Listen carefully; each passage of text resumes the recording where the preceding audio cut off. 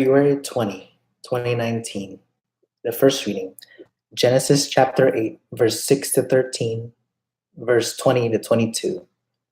At the end of the 40 days, Noah opened the hatch he had made in the ark, and he sent out a raven to see if the waters had lessened on the earth. It flew back and forth until the waters dried off from the earth. Then he sent out a dove to see if the waters had lessened on the earth. But the dove could not find a place to alight and perch, and it returned to him in the ark, for there was water all over the earth. Putting out his hand, he caught the dove and drew it back to him inside the ark.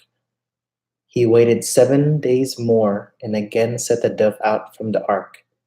In the evening, the dove came back to him, and there in its bill was a plucked-off olive leaf. So no one knew that the waters had lessened on the earth. He waited still another 7 days, and then released the dove once more, and this time it did not come back. In the 601st year of Noah's life, in the first month, on the first day of the month, the water began to dry up on the earth.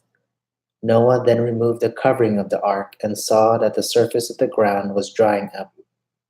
Noah built an altar to the Lord, and choosing from every clean animal and every clean bird, he offered burnt offerings on the altar. When the Lord smelled the sweet odor, he said to himself, "Never again will I doom the earth because of man, since the desires of man's heart are evil from the start.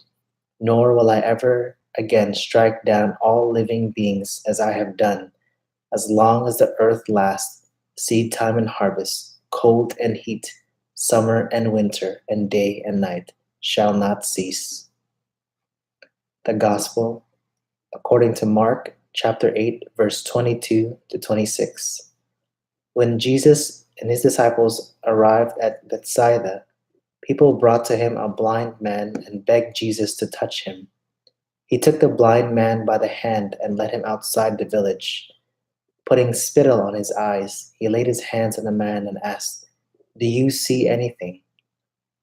Looking up, the man replied, "I see people looking like trees and walking." Then he laid hands on the man's eyes a second time, and he saw clearly. His sight was restored, and he could see everything distinctly. Then he sent him home and said, "Do not even go into the village."